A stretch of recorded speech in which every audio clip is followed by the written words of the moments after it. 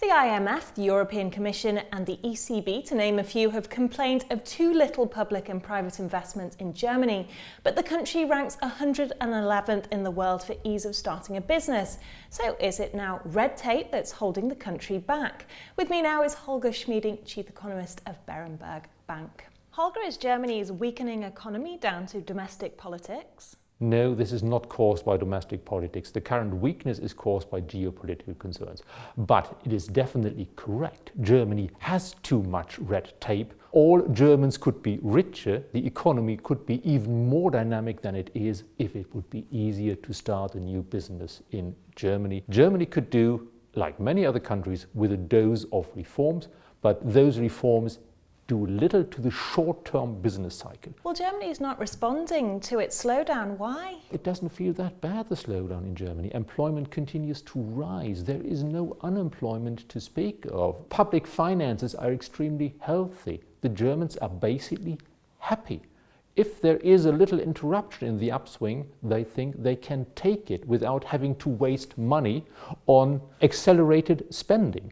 If there's a good spending project, like repairing bridges, the Germans want to do it, they will do a bit more of it, but there is nothing in the German mindset which suggests that the situation is so bad that we now just have to take some money, spend it on a great project, whether it's useful or not, just for the sake of creating some jobs. There is no appetite for a fiscal stimulus. The Germans don't feel a crisis which would warrant such a weird response. Well, last year, Angela Merkel and a number of Germany's commercial leaders argued that America's NSA surveillance was detrimental to the former competitive standing on global markets.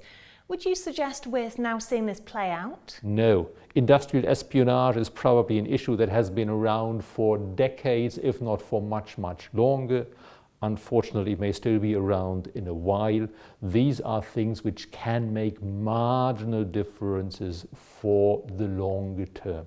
But this is not an issue which drives the short-term business cycle. So why are we seeing then so little private investment? We are seeing private investment in Germany. The real estate market is doing pretty well. Secondly, we had a significant uptick in German business investment on plant, equipment and the like, until about April this year.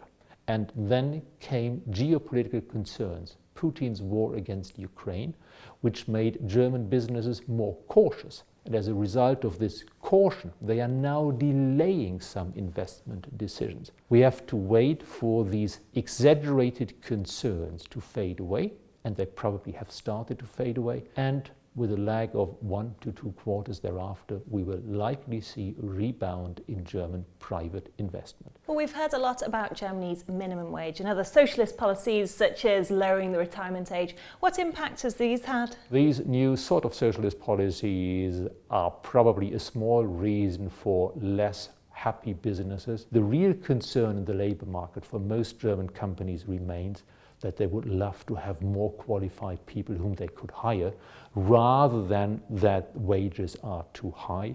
We will have a problem in Germany coming out of that, in the sense that unqualified people will find it more difficult to get a job because the wages they would have to demand will be higher with the minimum wage.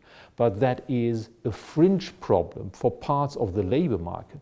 Most German companies are looking for qualified labor to hire. They are paying far above the minimum wage anyway, and so most German companies will not be affected in a meaningful way by this, at least for quite a while. Holger, thank you. You're welcome.